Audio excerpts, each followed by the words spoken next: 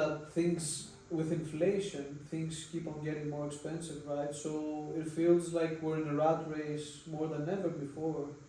So I understand stability, but if you can't make your basic needs, you need to see something else. If the job isn't fulfilling, because a big part of your work day is the job. So there's a part of it where your needs are being met, but there's another part where your psychological, mental, spiritual needs, whatever you want to say, needs to be met. And for those that might huff or try working at a soul-crushing job, call center, a big example, for an extended period of time, and then coming back with no other choice. So if you're being in that situation and you have to find such other things in order to get you to feel normally again, this pinpoint soul-crushing job, someone might say, oh, why don't you find something else? I think it's a bit of a stupid argument, because it's a bit like going to someone that is homeless and telling them, why don't you just buy a house? Why don't you just buy a house? It's that simple. It's not that people might not try to find other jobs. Competition, it's difficult. It's not always possible.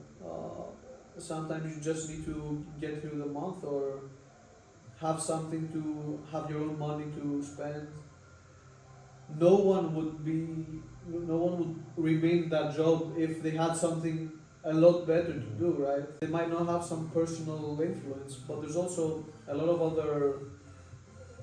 another percentage that might actively look, not get the responses they want.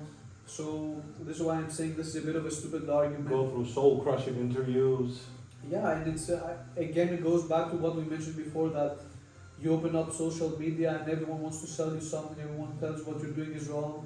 So there's a big monetization that what you're doing is wrong, and if you just did this, a lot of people can benefit from extra discipline, right?